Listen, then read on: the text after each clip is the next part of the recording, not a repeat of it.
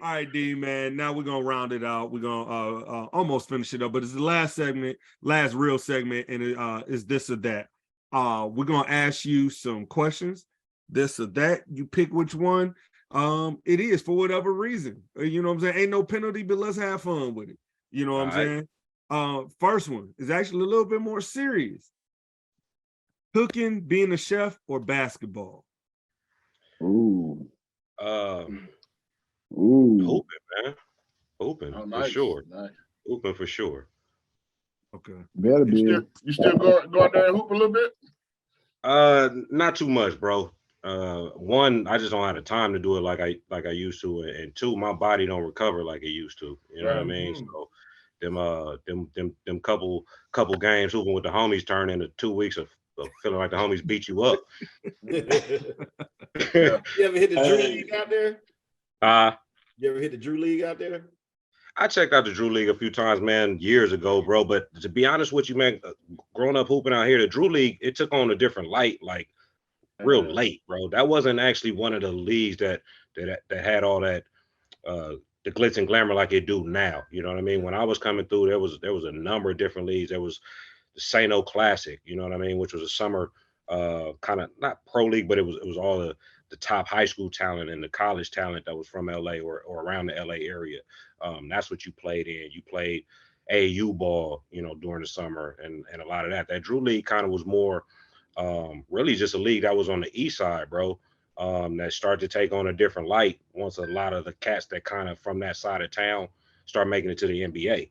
And that was a league that they kind of grew up playing in or whatnot. So once they made it to the league, you know, they brought that light back down to the league with them, and it just took off from there. So, yeah.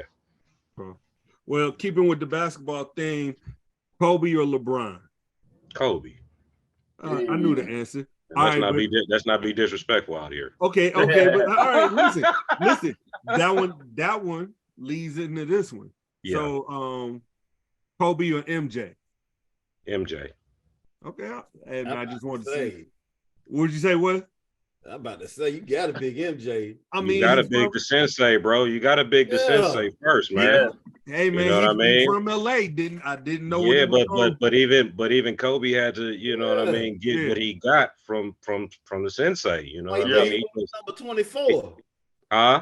He wore the number 24 because he wore. Well, I mean, you know, the one thing you gotta respect about Kobe is no matter what, you know, you feel about him, bro, he was committed to being the best. You know what I mean? And you gotta find some admiration in that, you know what I mean? And I think a lot of people did towards the end of his career because they understood better why he kind of moved the way he moved, you know what I mean? Because he took it that serious, bro, of being the best that he could be at what he was doing.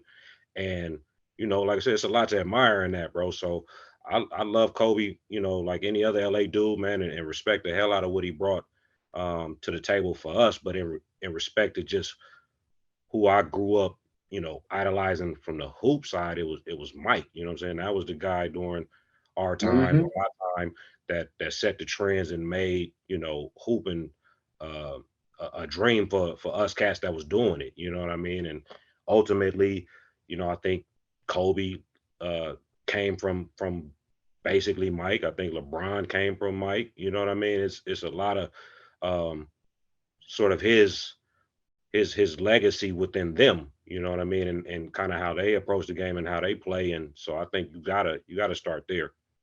You got dudes who ain't never seen him play fighting over his shoes. Because I mean, at the end of the day, bro, we know we saw it and we understand what he meant. You know what I mean? To not only basketball, but just to the influence on young kids just out here, man, just trying to be great at whatever they was in. You know, being a Michael Jordan of whatever your, you know, industry is or your sport or whatever. That's the highest honor you can get. True. You know what I mean? Like nobody's saying he's a LeBron of this or they're the LeBron of that. It's like you either the Mike of it or you another dude.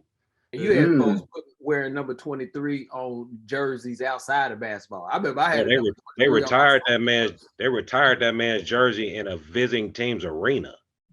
His jersey retired in Miami, bro.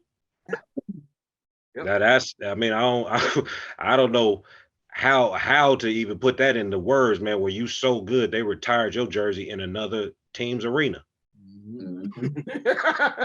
Nobody gonna have 23 coming up. Come on, man. And D ain't even play for the Heat.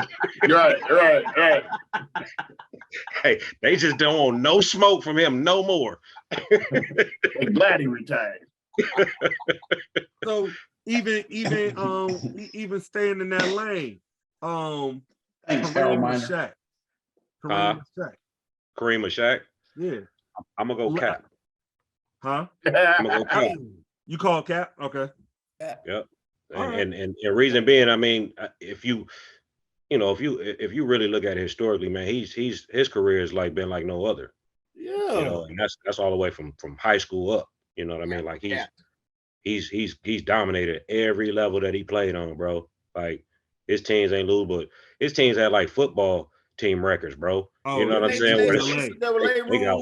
They got 1 and 2 losses, bro. They 50 something and 2 in his college career. You know what I mean? Like, the numbers is crazy, bro. Then they changed. Yeah, that's what I'm saying.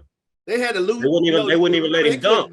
Back yeah, then, they wouldn't even let him dunk. The so just imagine if they was letting him dunk. That's why he had to learn to shoot the hook. Yeah. You know, and that's factual, bro. You look at he came in the league, he dominated. He I think Milwaukee got their first championship with him and Big O. Yep. Then he go to the Lakers and get FOMO. You know what I'm saying? And wow, he played till he was what? Damn near 40, if not 40. You know what I mean? And LeBron had to come in dumb early and play super crazy to even be close to catching this man. Yeah. For 20 years. The crazy about Cap, he wasn't a big dude like Shaq. No.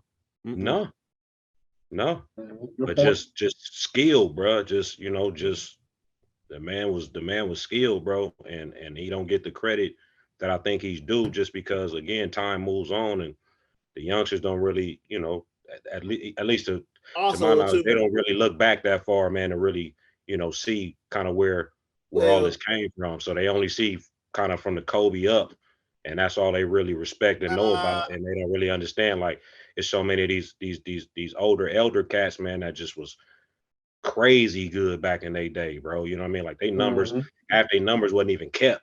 You know what I mean? And the numbers are still crazy. So, we come from the last generation. Well, I know we come from the last generation, bro. That's like it's the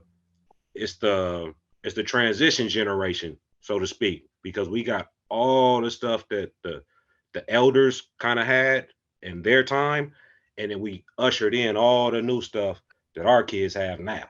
You know what I mean? So we're the only generation that can actually speak from both sides of the coin respectively, because we're the only generation that was here during that transition period. Don't talk to me if you don't know AC Green, fool. Oh, you finally get some? Yeah. Thank you. Yeah, hey. No woman knows AC Green. No, all the dudes know AC. No woman knows it.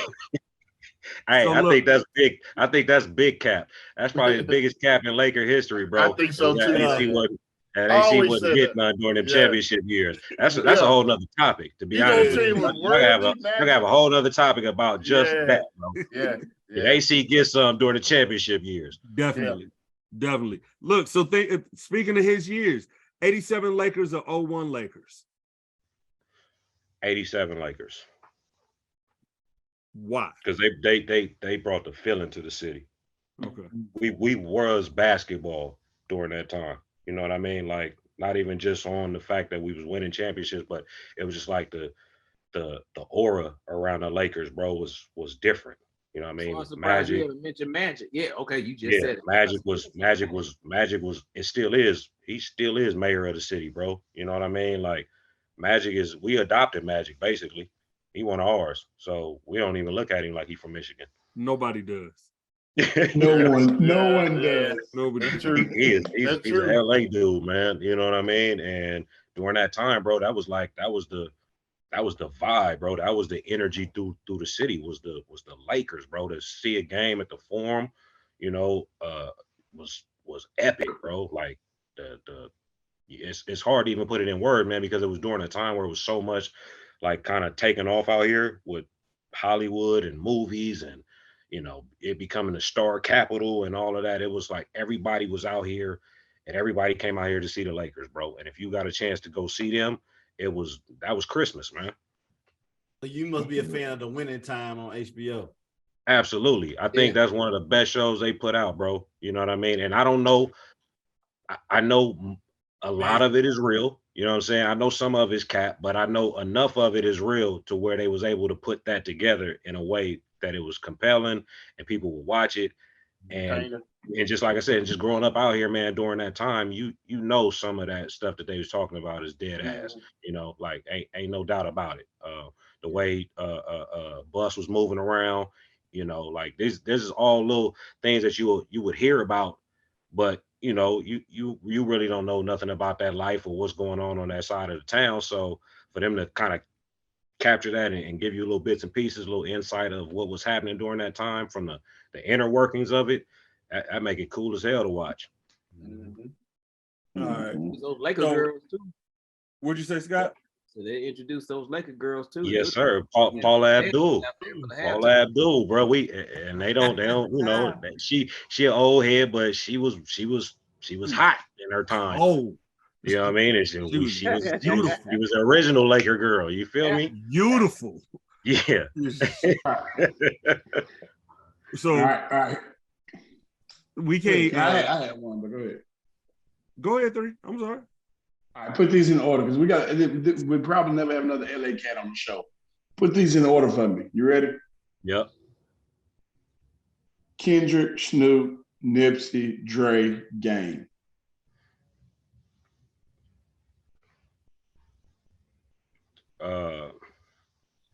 Snoop 1.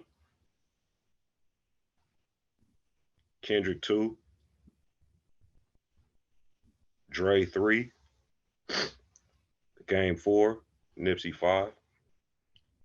Nice. Okay. I respect it. Look, that one song got me. Double up. Hey, but see, this is the thing. This is the thing with Nip. Like the love that people have for Nip, man, goes deeper than the music. You know what I mean? So his respect comes from much more than just like, honestly, the albums. Like, because he really, you know, retrospect, we got all the mixtapes and all that out here and whatnot, and some people got them elsewhere and whatnot. But the Victory Lap is what really was going to be the first of so many more albums for people to hear. They really didn't get a chance to get the full Nip energy. You know what I'm saying? Like that was the first one. That was the first one that was done by a major label. And everything else that y'all was hearing from him was shit that he was putting together himself. You know, so it's kind of hard to put him up with those other 4 because those other 4 got major, you know, label deals, airplay, all of that. Time spent on, you know, being able to put out multiple albums and all that. So the vastness of what they've done in comparison to him is completely different. But the impact that he had on the city, I would say is probably more than any of them. Yeah, we was out there one time. I would put him at the top when it comes to impact, but when it comes to music, I would put the list that I just gave y'all. Yeah, me, Scott, and Greg went out there right after he passed. Right. Yeah. We went out to a club that first night, and they played "Fuck Trump." Yeah. And that whole place went crazy, didn't it? Crazy. Yeah. I'll never forget that night, man. Because he was on fire, bro, which was the probably the saddest part about it. Like he was on fire at that time, bro. Like he really had the city in a chokehold, man. Everything he was dropping was spinning crazy. The videos, everything. Like you could just feel the momentum change for what he had going on. You know what I mean? And you saw cats like Puff and Jay and all these dudes starting to really embrace him and bring him into that loop. You know what I mean? So it was like, damn, bro, he been fighting this whole time to get to this point. And as soon as he get to this point, he get knocked down by some nigga from his own hood. You know what I mean? And it's like, damn, bro, that's crazy. You know what I'm saying? Because it be like that out here. Honestly, I mean, I'm sure it's like a lot of places, but it really do be like that out here, man. Like right before you see somebody really kind of turn that corner, it seems like some shit always go down, you know. So I think that's what hurt people the most, man, because they saw him turn in that corner. Lucy said, "You killing your own hood. You killing your own city, rappers." I mean, literally though, like this wasn't even no, like this was literally in his own hood, bro. This is in front of his store. You know what I mean? So if any place you would feel like you probably safe, it's right there. And if and for y'all that been out here, if you've been by the store, you see how it's set up. It's like it's out in the open, bro. What happened there, bro, wouldn't generally happen right there. You know what I'm saying? Even with it being a tough neighborhood, because it's just out in the open, and it's kind of an area that people don't really, they don't really keep that type of energy right there. You know what I'm saying? Ever since Nip took it over, it's become kind of the hot spot for people to come hang out. You know, you'll catch celebrities up there or whatever, bro, at this spot. And this right in the hood. This off Slauson and Crenshaw. You know what I mean? Like the gas station next door to it that y'all see all the time in the videos and all that, a nigga might get popped right there. You know what I mean? But generally speaking, in that little nook right there that they had the respect of the hood, bro. But obviously, you know, that only goes so far. Everybody don't respect you in the hood. So Yep. So following up on the music tip, Eazy-E or Tupac? Pop. Oh, you said Pop. Yeah.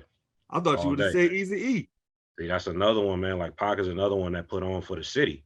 You know what I mean? And even though again he's not from here, we claim him, bro. You know what I mean? Everybody know he's from New York. You know what I'm saying he was born in, I believe he's Baltimore. born in Baltimore. Actually, Baltimore actually, but actually from Oakland. Raised in New York. He grew up in Oakland. He grew up in Oakland. Yeah. Then came to LA, you know what I'm saying, after the jail bid. But he's always rep for Cali, you know what I'm saying, and especially LA, you know what I mean? So once he really put on for us, bro, we took him as ours. So Pac, you know, Easy is always gonna be respected for being a pioneer. You know what I mean? Obviously, NWA is our sort of stamp on the rap game as far as when we decided to get involved with it, the West Coast or whatnot. So Easy is always gonna get the respect on that, you know what I mean, being one of the pioneers on that. But as far as music, he can't even compete with Pac's music. So I got music. All right. Dre or Quick? Damn, that's a good one. Yeah.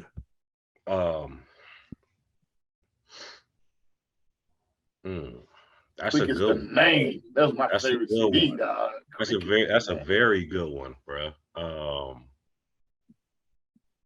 I might have to go with Quick, man. I might have to go with Quick. And reason being is because music. One, Dre is known more for his production work, and then obviously the Chronic 2001.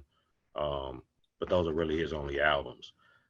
One of the first tapes that I ever had was DJ Quick. Yep. And it was the joint with Sweet Black Pussy on it. That was one of the first joints that Quick I is had. the name.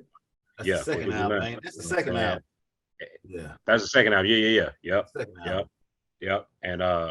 And bro, I probably had every Quick album from that point till maybe like the later ones, you know what I'm saying? Like the late 2000 ones or whatnot.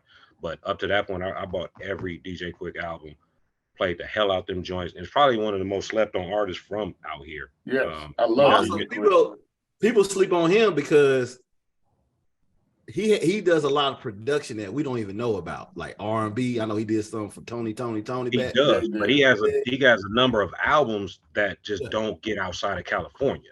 Yeah, you know what I'm saying. So they don't translate out to the South. They don't translate to the East Coast. But throughout Cali, like we'll have so much stuff that's done by Quick that he don't really even have to go outside of Cali. You know what I'm saying, to get the love that I guess he would need or deem respectable, even though he should have it, because he's done production for fucking 8Ball and MJG. Mm-hmm. You know what I mean? I forgot the name of the song, but it's one of their popular songs, bro. And it was something that you would have never expected for them to put that together. But Quick, the music person that he is, doesn't get enough credit. Like dude plays all types of instruments. Like he's like honestly, he's like a R. Kelly kind of dude of hip hop, where he just does everything. You know what I mean? But because he doesn't work with you know, the 50 Cents or whoever you want to name that Dre works with. You know what I mean? He doesn't necessarily get the same respect. If you look at some of Pac's albums, some of the hardest joints on Pac's albums is DJ Quick produced. Wrap this up. Okay, I'm getting tired, but if you had to have one ruin your life, if somebody had to pick one to ruin your life, Robin Givens, Halle Berry, or Kardashian? I'm gonna go with Kardashian because they got bread. So they could, you know, you could get ruined and still get some bread out of it. You might build a career off of getting ruined by them, you know what I'm saying? Yeah, that's true. Hey, the realest question I had on here was whose curl was better, Ice Cube or Baron Davis? Gotta be Cube. Gotta be Cube. Cube had the original real joint. Barron's was, I don't even understand what Barron was doing, to be honest with you, bro. Like, that's the homie, but I don't know what he was doing with that situation. And it wasn't even like fully curl. You know what I mean? Because the whole process of the curl, bro, like for people that don't even know, because I remember, even though I never had one, I remember seeing my brother and some of my family members get that done. You had to get your hair pressed out and all types of stuff, bro, before it even got to the point of being curled up and whipped up. Yeah, no, you had that. Yeah, this was the curl, bro. This was the one where you had to have a shower cap. You had to have the TCB, World of Curls. You know Yeah. all these products, bro, to put in there to keep it looking moist and juiced up. You know what I'm saying? And then you couldn't sleep or you couldn't lay on people's couch and all that. Like you really had to, you know, be respectful of where you was at with that curl, bro, because it was gonna be more than just you and that curl juice on people's stuff. He had a nice one. Quick have a curl or a perm? DJ Quick had both. Quick had both. That's what I'm telling you. It starts from that perm. Yeah. Okay. They got to hot comb it out and all that, and then it's a whole little process from there before it rolls into the curl, bro. You know what I'm saying? Fortunately for me, I caught the S curl phase. You know what I'm saying? So that was a little different. But that curl, that's about 4 or 5 hours in the chair before you even done, bro. I'll bring that Black History in, so they had to. You know what I'm saying? Madam CJ walk over to the There's West one Coast. trend. One trend you don't need to make a comeback. Hey, I'm saying Murray. And you had to have some Murrays. You had to have some World of Curls, TCB. And then you had to have that white bottle of Super Grow. You know what I'm saying? Because that's when moms will part your hair down, put that Super Grow down there, you know what I'm saying, and get it right so your joint will come out real nice and natural. You know what I'm saying? Curl, baby. Get off my phone. Let me get off my phone. Hey D, here's one, TSU homecoming or a family reunion? TSU homecoming. It is a family reunion. It is true. It is a family reunion. You be sick when you don't go. Yeah, like you know you missing something. Yeah, you know it. It might not be a lot, but you know you missing something, bro. You know what I mean? And I respect that. And really, I'm grateful to it, man, because like I said, coming from where I'm from, it ain't a lot of cats that would have went to Nashville, bro, to go to school. You know what I mean? I'm blessed that I did make that decision, man, because the people that I met, Doug, I've met so many people that have become integral part of my life, my adulthood life, all from TSU, bro. You know, and it would have never happened if I hadn't come down there. I know people in so many different places because of TSU. I feel like I can travel a lot of this country, bro. And I got somebody to reach out to. You know what I'm saying? That's my people. You know what I mean? That I have a background with, that I have some foundation with, and that's all based on TSU, bro. So like when I hopped off the plane. Like when I hopped off the plane for what did I tell you? I had an hour and a half. But come on. You feel what I'm saying? It's like it's those type of relationships, bro, that I'm saying. It's like that's the beauty of our time there, our connection there, because we all know, every one of us that went there know that it's so much bullshit that you got to get through to get up out that school. You know what I'm saying? That builds a lot of character into who you are at this point in life, bro, because a lot of friendships. You deal with a lot. You deal with a lot to get out of there. But the things that you remember are so cool because you have so many good times there, man. The people you meet, the people you get close to, the stuff y'all did, the stuff y'all can't talk about.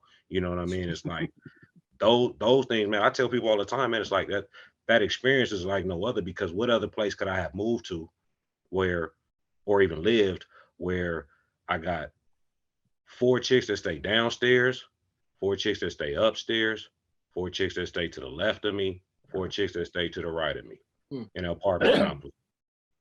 And that still ain't 30. And that ain't even right. You know what I'm saying? And that's just in my little block of the apartment complex, bro. You know what I'm saying? So not to even mention all the other stuff that we did, but just in general, as us being young dudes, what apartment complex can you move to where they got that popping like that?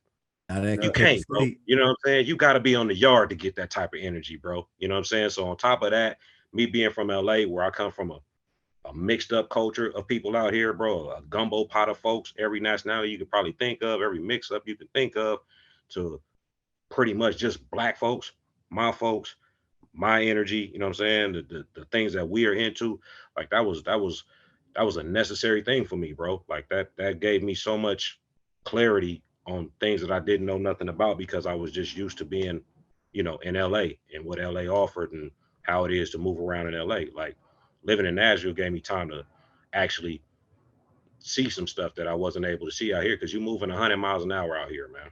You know what I mean? And I tell people that all the time. When you leave, this is when you actually get a chance to either appreciate it or see how much you was missing. You know, because you don't get a chance when you in it to kind of understand that. But moving out there gave me a chance to really be like, damn, bro, there's some other things out here that I like. You know what I'm saying? There's some other ways of living that are comfortable. I don't have to necessarily be stuck in the way that I grew up. You know what I'm saying? Because that's all I saw, that's all I knew. So that's the only way I knew how to operate.